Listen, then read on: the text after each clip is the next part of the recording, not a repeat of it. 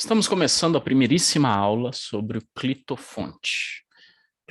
O clitofonte é um pequeníssimo diálogo de Platão, que ainda se discute se é ou não de Platão, e o diálogo inteiro será objeto das aulas subsequentes. Hoje eu apenas vou apresentar como que esse curso vai funcionar e qual a sua dinâmica. Primeiro eu gostaria de me apresentar. Meu nome é Jonathan Tissot, eu sou professor de grego atualmente, tanto do curso de grego online que nós temos aqui, que muitos de vocês são participantes, e professor de grego e latim e filosofia na faculdade do Mosteiro São Bento, a Faculdade de São Bento aqui de São Paulo. Eu sou doutor em filosofia antiga, mestre em ética e filosofia política e bacharel em filosofia, sendo que o bacharelado e mestrado eu fiz na Federal de Pelotas e o meu doutorado eu fiz na Universidade de São Paulo, onde defendi uma tese sobre Aristóteles.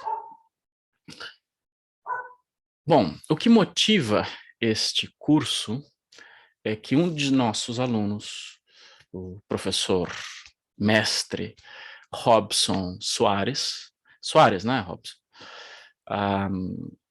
Confeccionou para o seu mestrado, para a sua dissertação, uma tradução que é novíssima, de um pequeno e instigante diálogo de Platão, que é o Clitofonte, que normalmente vem nos manuscritos antes da República.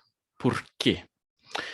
Na República 1, que muitos defendem que é um diálogo separado dos outros livros da República, Sócrates encontra com o seu talvez mais famoso antagonista nos diálogos, o sofista chamado Trasímaco, onde eles têm, na casa de Céfalo, uma discussão muito acalorada, muito difícil, porque Trasímaco é um interlocutor muito difícil sobre a justiça.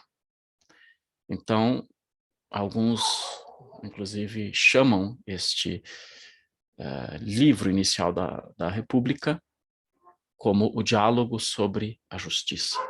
Seria um diálogo separado. Normalmente, em muitos manuscritos, há como uma espécie de pequeno preâmbulo, um pequeno prefácio, que é um diálogo, quase um monólogo, de Sócrates com um dos participantes, ou melhor, um dos ouvintes da República, que é um cara chamado Clitofonte. Clitofonte é um personagem que a gente só conhece, até onde eu sei, eu não sou um especialista nesse diálogo, é um personagem que a gente conhece através de Platão, através da República e do próprio Clitofonte. Trasímaco é uma figura real, do qual temos alguns pouquíssimos fragmentos, fora a discussão fictícia, provavelmente, que nós temos no livro 1 da República. Então, o Clitofonte é um diálogo estranho, porque vamos dizer assim, antissocrático. E talvez por essa razão, a maioria, até certo momento, dos comentadores a partir da Idade Moderna, considerou ele um diálogo pseudo-platônico. Eu creio que seja platônico, e uma parte importante dos estudiosos hoje pensa que é um diálogo platônico, porque é muito bem escrito. É muito bem escrito e toca em alguns pontos muito interessantes, que nós vamos ter condições de avaliar melhor na sequência. Qual é o contexto do Clitofonte? Basicamente, Sócrates vai tirar satisfação com Clitofonte, porque ele ouviu de Clitofonte, que Clitofonte teria dito, em uma conversa com Lísias, se eu não me engano, que ele teria elogiado muito e preferido a companhia e os ensinamentos de Trasímaco, que é o interlocutor de Sócrates no livro da República, e teria falado mal de Sócrates em um diálogo. Então, Sócrates foi tirar satisfação, basicamente. O resto do diálogo é basicamente Clitofonte descascando Sócrates de uma maneira muito fina até. É uma coisa inteligente, é uma crítica inteligente. Ou seja, ele está longe de ser um personagem como Ion, por exemplo, que era um completo estúpido. Então, ele descasca Sócrates. E isso que ele diz de Sócrates, primeiro ele começa dizendo, não, eu não falei só mal, eu falei mal, eu falei bem, não é bem assim que você ouviu, mas o que eu falei mal foi isso aqui. E aí, destrói Sócrates. E são críticas todas muito procedentes. Ou seja, ele está justificando por que ele prefere Trasima com a Sócrates. E são críticas procedentes, são críticas inteligentes a Sócrates. Então, é um diálogo bonito, é literariamente interessante, retoricamente muito bem construído, e são críticas que, de fato, podem ser feitas ao Sócrates na maior parte dos diálogos de Platão, sobretudo nos diálogos aporéticos, como é o caso da República, que nesse sentido pode estar agrupado naqueles diálogos que nós chamamos de diálogos socráticos ou diálogos do primeiro período, que em sua maioria, pelo menos, são todos aporéticos. O que significa diálogos aporéticos? São diálogos que detectam uma dificuldade, exploram essa dificuldade, mas essa dificuldade fica insuperada ao terminar o diálogo. Ou seja, você tem uma questão, por exemplo, o que é a justiça, o que é a piedade. Em geral, essa questão é uma questão sobre a definição de algo, e essa questão fica sem resposta no fim do diálogo. Tá? O mesmo acontece, por exemplo, com o Mênon, cuja pergunta inicial é como que nós podemos adquirir a virtude, se ela é ensinada, se ela é exercitada, se ela é recebida de algum outro modo. Isso agrupa o Mênon pelo menos tematicamente, com certos diálogos. Ele acaba se convertendo em uma discussão sobre o que seja propriamente a virtude, ou seja, ele começa com uma pergunta, e a pergunta acaba mudando ao longo do tempo, e ele termina de maneira aporética, ou seja, uma dificuldade insolúvel. Por que Platão faz isso? Qual o interesse de Platão ao escrever diálogos aporéticos? Isso é uma discussão que nós podemos ter em outra ocasião, e é uma discussão muito interessante. Voltemos agora ao Clitofonte, e agora uma narrativa de ordem um pouco mais pessoal, que talvez o Robson possa me corrigir se eu estiver errado. Há algum tempo, o Robson resolveu, no seu mestrado, fazer uma tradução comentada do Clitofonte, não é isso? E ele fez a tradução, vocês receberam essa tradução, e ele fez essa tradução com um comentário. Eu não estou certo se vocês receberam ou não um comentário. Se não receberam um comentário, seria bom que vocês tivessem acesso à dissertação inteira do Robson. E tal como Clitofonte descascou Sócrates, a nossa função aqui será descascar o Robson.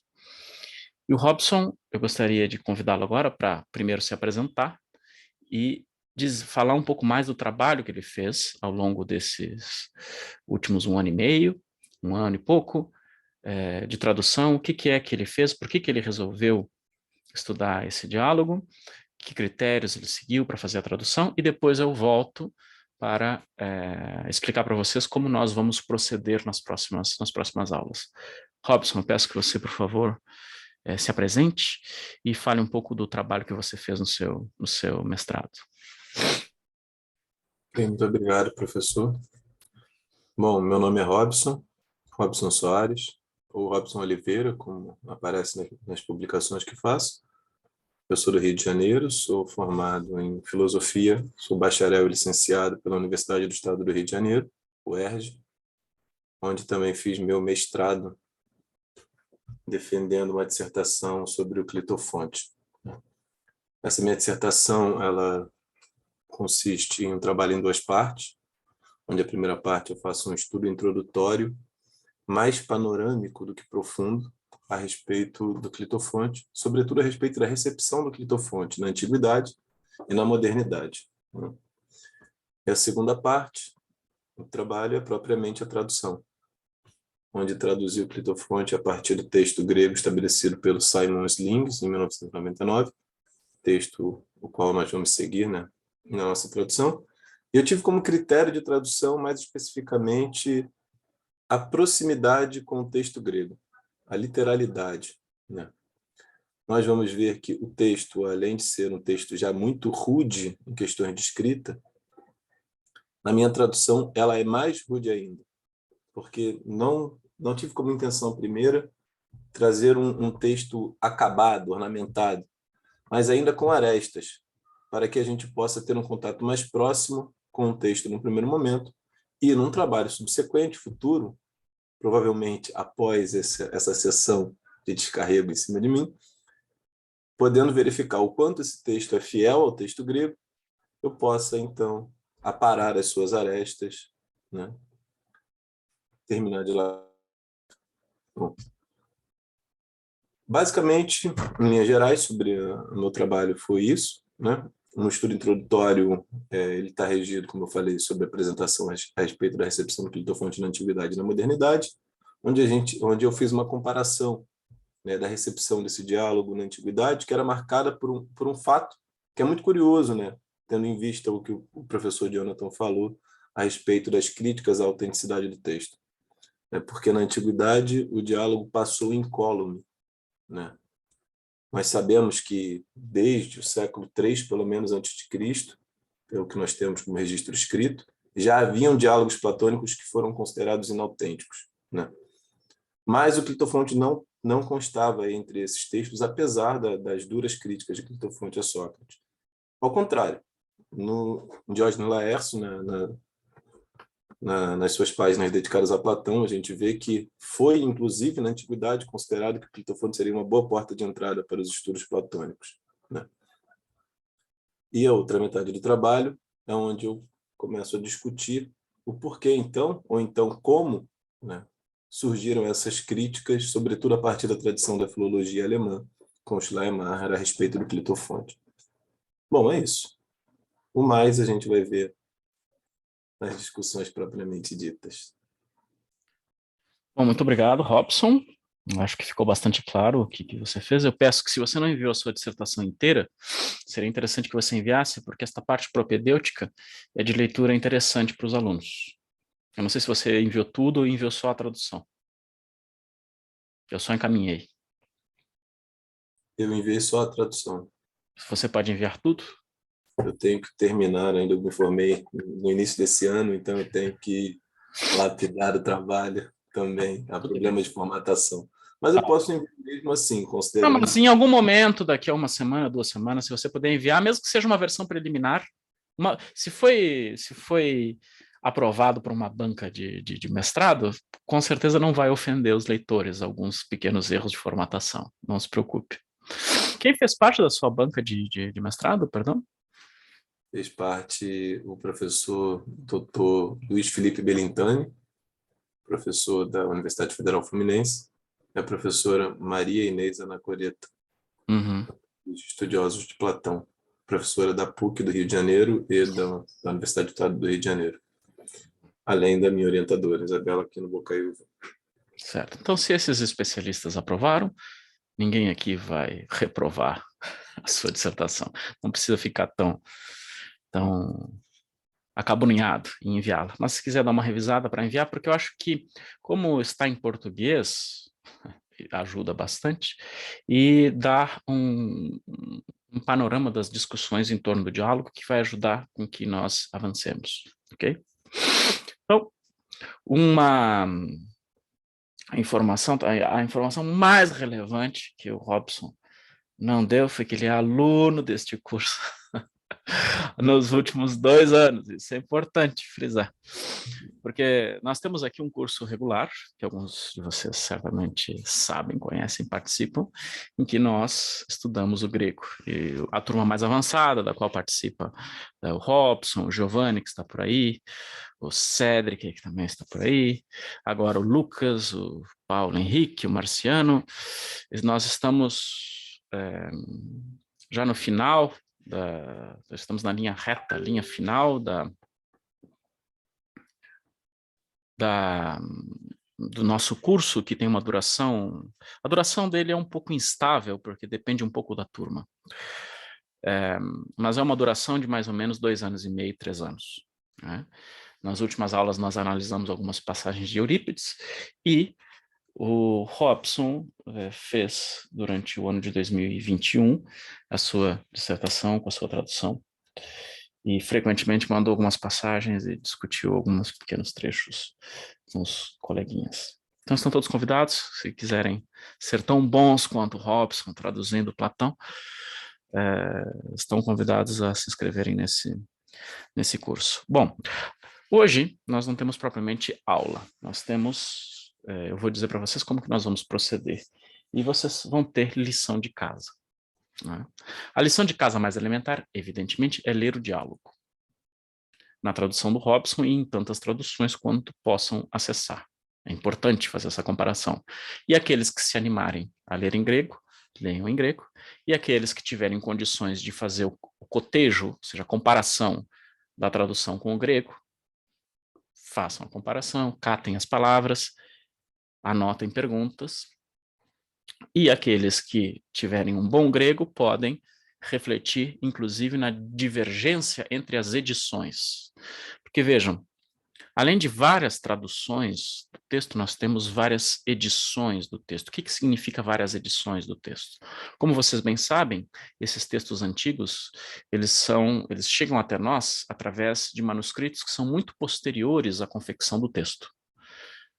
Por exemplo, a maioria dos manuscritos que contêm as obras de Platão e Aristóteles são posteriores ao século IX depois de Cristo, ou seja, 1400 anos depois desses filósofos.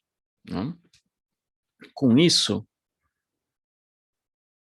as cópias, né, que acabaram dando nessas cópias, que eram todos manuscritos, né? Ou seja, se eu quisesse um livro, eu copiava à mão, ou mandava copiar à mão da cópia que alguém tinha. Essa cópia, então, acabava introduzindo erros no texto, porque todos que já copiaram um texto à mão sabem que é muito fácil cometer erros, ou mesmo um escriba, né, um copista, que tenta simplificar o texto, tenta explicar o texto, acaba introduzindo informações ou modificando informações do texto,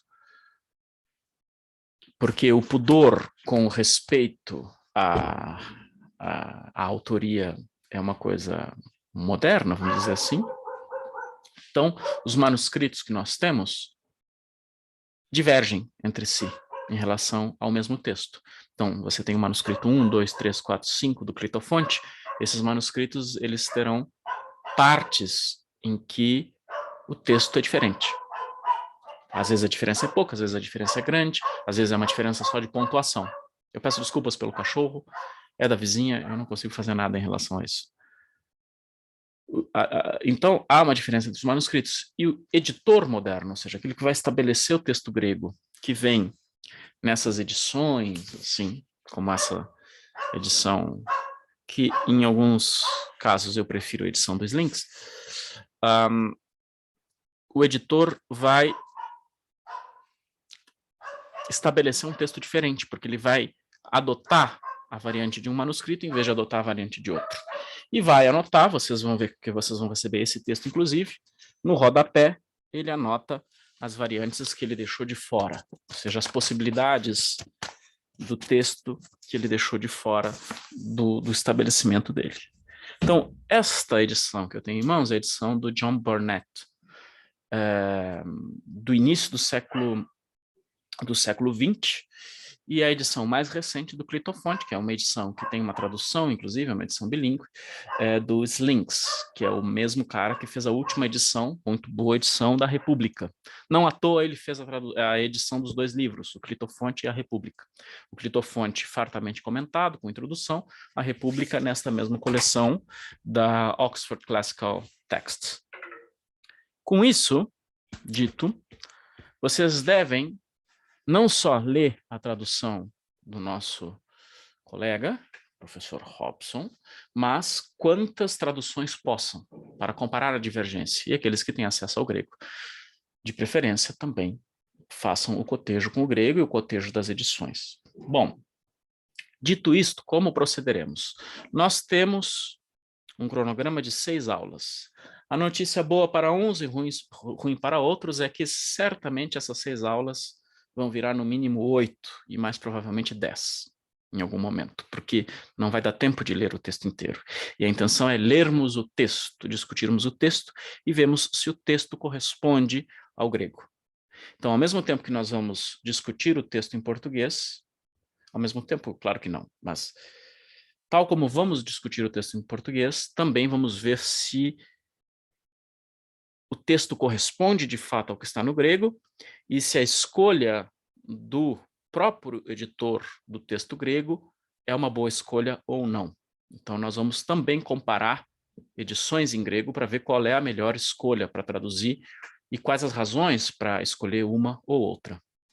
Então, este curso ele vai ser um pouco exigente, apesar do texto curto, porque ele vai tentar mobilizar conhecimentos de ordens diversas. Conhecimento filosófico, conhecimento propriamente filológico, conhecimento de grego, comparação de manuscritos, e vai ser isso. Então, vocês vão ter uma lição de casa, cada um vai procurar a leitura conforme as suas capacidades, não é necessário propriamente saber o grego para fazer esse curso, embora algum conhecimento de grego seja muito benéfico, porque em algum momento o assunto pode ficar um pouco enfadonho para quem não tem o grego, mas o curso vai ficar disponível online para ser revisto quantas vezes for necessário. Tá bom? Por enquanto, eu vou retornar dizendo qual é a nossa lição de casa. Alguém tem alguma questão sobre essas coisas que foram ditas até agora? Se tiver uma questão, é só abrir o microfone e falar.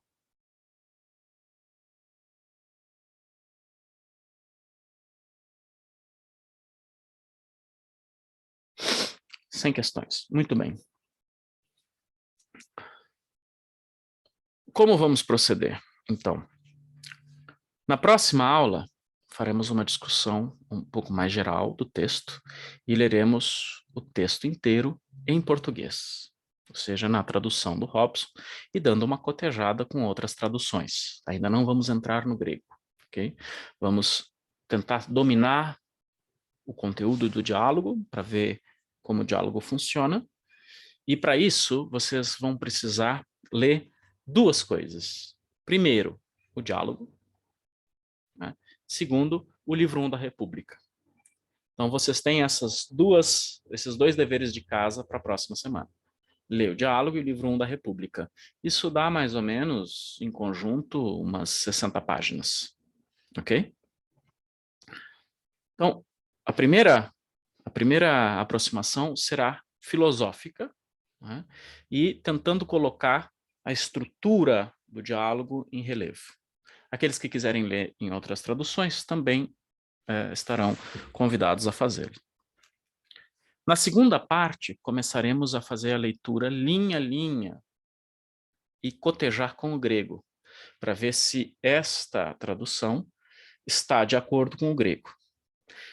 O passo seguinte, que é feito não ao mesmo tempo, mas nos mesmos dias, o passo seguinte é ver se os critérios que o Robson adotou para selecionar uma variante ou outra são critérios adequados do ponto de vista sintático, ou seja, da organização da estrutura do texto, se são adequados do ponto de vista filológico, ou seja, se aquela variante é mais forte do que a outra variante por critérios de transmissão de texto, se a pontuação está correta, porque tudo isso influencia na interpretação. E a intenção é fazer com que todo este curso sirva de propedêutica, inclusive metodológica, para, em alguns meses, adentrarmos justamente no livro 1 da República. Então, este curso servirá de introdução à leitura dos diálogos platônicos, por isso que é Lendo Platão 1. E o Lendo Platão 2 será, muito provavelmente, o livro 1 da República, porque tem uma certa continuidade temática, vamos dizer assim. Ok? Então, dever de casa para a próxima semana. Livro 1 da República e o Clitofonte, enquanto as traduções possam.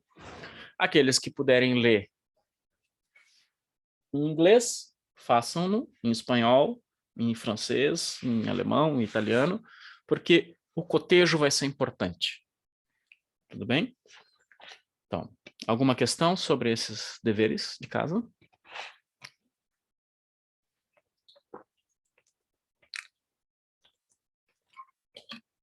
Não? Muito bem. Eu falei que o encontro hoje ia ser muito breve, e de fato será muito breve, porque vamos discutir essas questões práticas apenas. Bom, questões práticas. Vocês devem ter recebido um e-mail, esse e-mail tem o link para o grupo no WhatsApp, o link para as reuniões online e outro e-mail para os não bolsistas, ou seja, os pagantes, os links de pagamento, ok? É muito provável que, pelo fato dos e-mails serem automáticos, através de uma tabela do Excel, gerada pelo formulário que todos vocês preencheram, que vocês vão recebendo, até o fim do mês, pelo menos, alguns e-mails referentes ao pagamento. Mas aqueles que em algum momento efetuaram já o pagamento simplesmente devem ignorar esse e-mail. A questão é que ele é automático, ou seja, vai para uma lista já automatizada, e eu não tenho muito controle. Então, por favor, está em negrito lá, vocês devem ter recebido hoje de novo, porque conforme vão entrando mais e mais alunos, esses e-mails estão sendo enviados, mas para a lista inteira, não para a lista parcial, ou seja, entrou mais gente, vai ser enviado para aqueles, entrou mais gente, vai ser enviado só para aqueles, não enviados para todos. Então, eu peço desculpas por isso. Se vocês receberem mais de um e-mail falando do link do pagamento, simplesmente ignorem, tá bom? Agora, esse é um curso que vai ocorrer ao vivo, né, por a distância, mas ao vivo. Mas todas as aulas ficarão gravadas. Então, mesmo quem se inscrever depois do início das aulas, que é hoje, pode acompanhar o curso sem problemas, com eles via gravação. Tudo bem? Ou seja, se tiverem algum amigo que queira fazer, se conhecer algum interessado, fazê-lo sincronicamente não é um requisito. Então, vocês podem assistir já a gravação, vocês podem participar da aula e vão ficar com acesso à gravação durante muito tempo, e essas gravações serão todas disponibilizadas no ambiente virtual do Google Classroom, onde vocês vão precisar cadastrar o login conforme o e-mail que vocês cadastraram no formulário. Se aquele e-mail que vocês cadastraram no formulário não os autorizar a usar o Classroom, eu enviarei um e-mail dizendo que vocês devem, ou vocês receberão um e-mail dizendo que vocês devem acessar com um e-mail compatível. Então, todos vocês vão receber o link do Classroom, e esse link do Classroom vocês vão utilizar para entrar nesse ambiente virtual para ter acesso a todas as aulas gravadas. Alguma questão?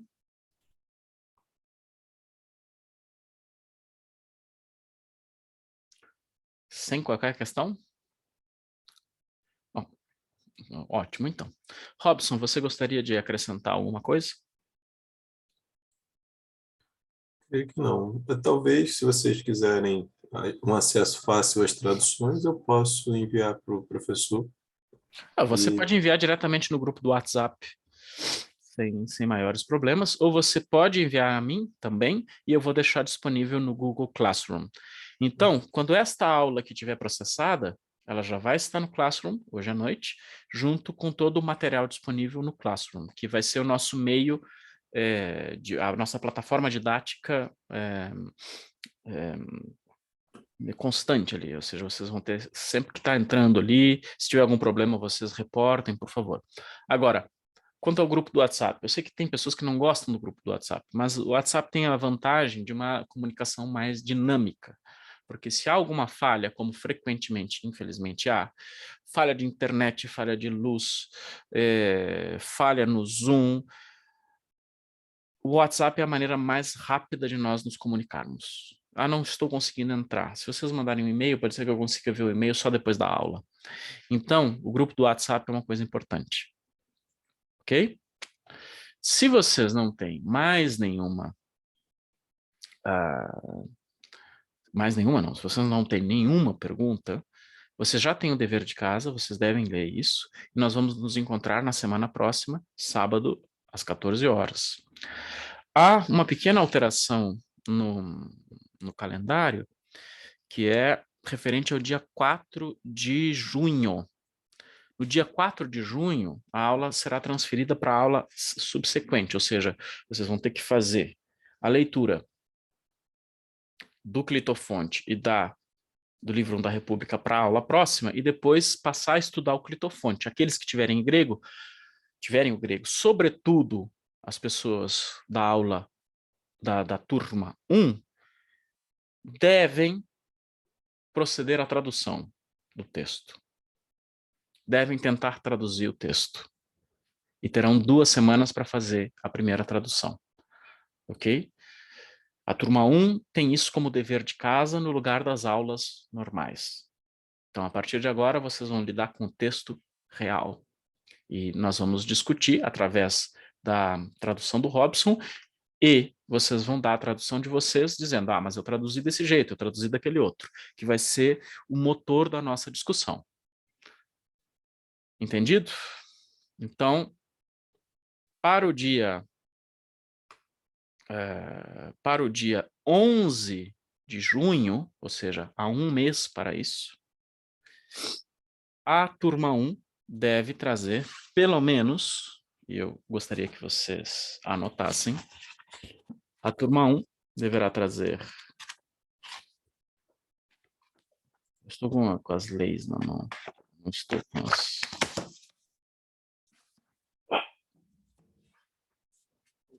Até Clitofonte. Então, vocês têm 1 mês para fazer 406, 407...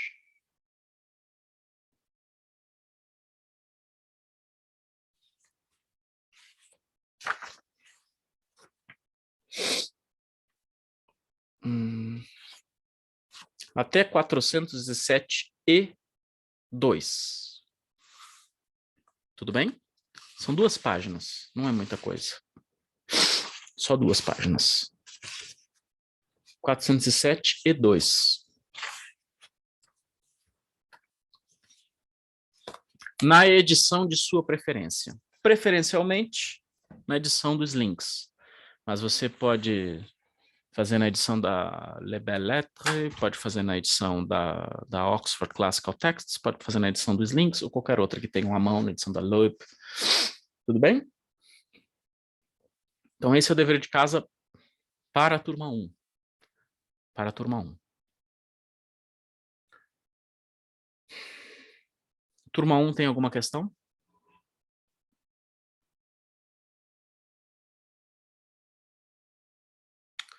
Então, gente, peço desculpas pela brevidade desta aula, mas como era apenas a apresentação, não temos mais nada para discutir, eu creio, a não ser que vocês tenham alguma pergunta, e podemos conversar um pouco, encerrar por aqui a gravação e conversar um pouco de maneira mais livre após a aula, como se estivéssemos no nosso cafezinho. Pergunto pela última vez, questões?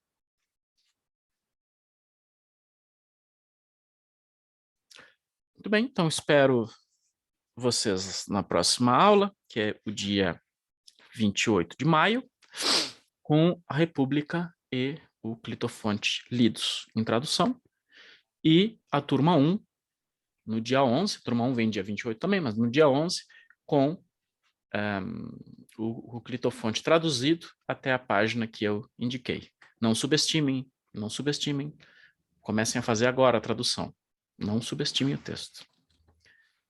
Então, muito obrigado e encerro a gravação por aqui.